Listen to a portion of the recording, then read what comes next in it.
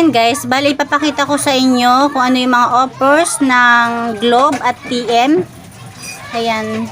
Bali, ang gamit ko pala ay traditional load sa touchscreen na cellphone kasi wala pa akong keypad, kaya ito muna yung aking gamit. Ito. Ayan, kapag regular load, kahit TM or Globe, ayan, number 1 lang. Kapag Globe naman, yung mga offers ng Globe, yung mga registered na, ayan, pakita ko sa inyo yung mga registered na.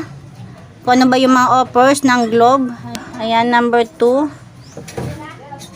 Tapos ipasok lang yung numbers. Example lang to.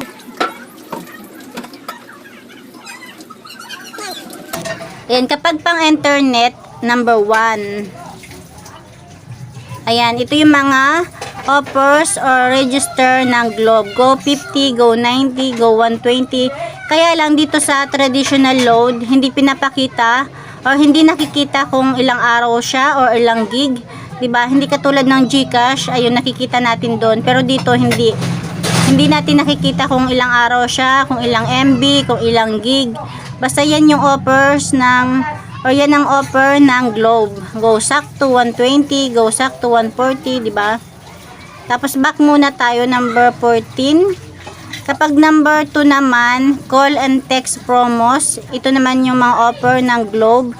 Ayan, go all net 30, go all net 50, go only 25, go all net 350, yan, diba?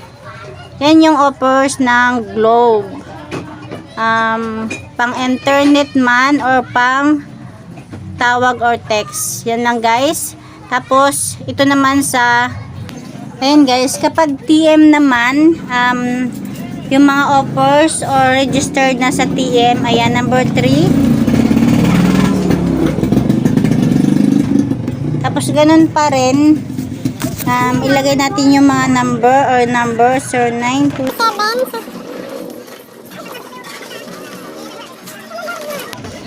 Ayan, kapag pang internet, number 1. Ayan, ito guys, yung mga offers or register sa TM. FB 10, ML 10, YouTube 10, Easy Surf 50, Surf for All 249, FB 50. Ayan, yan yung mga offers sa TM. Kapag sa call at text naman, ayan, back tayo sa number 15. And calls and text promos naman, ayan, number 2.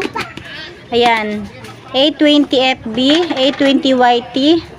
O, diba? Kapag, example ko na lang sa inyo ha, kung bakit ko nasabing hindi nakikita kung ilang MB pa o ilang araw. Halimbawa, yung combo 10, number 8. Ayan, ganyan lang siya. Load combo 10 to, yan yung number. Diba? Tapos, pag kinonfirm ko na yan, automatic na maglo-load na. Walang nakalagay kung ilang araw siya, kung ilang gig or ilang kung gaano katagal. Yun lang guys, thank you for watching. Pinag-share lang natin kung ano yung mga offers ng Globe at ng TM, at saka kung paano na rin mag-load sa traditional load gamit ang ating touchscreen. Next time kapag meron na tayong keypad, yan, i-share ko na lang sa inyo. Yun guys, thank you for watching.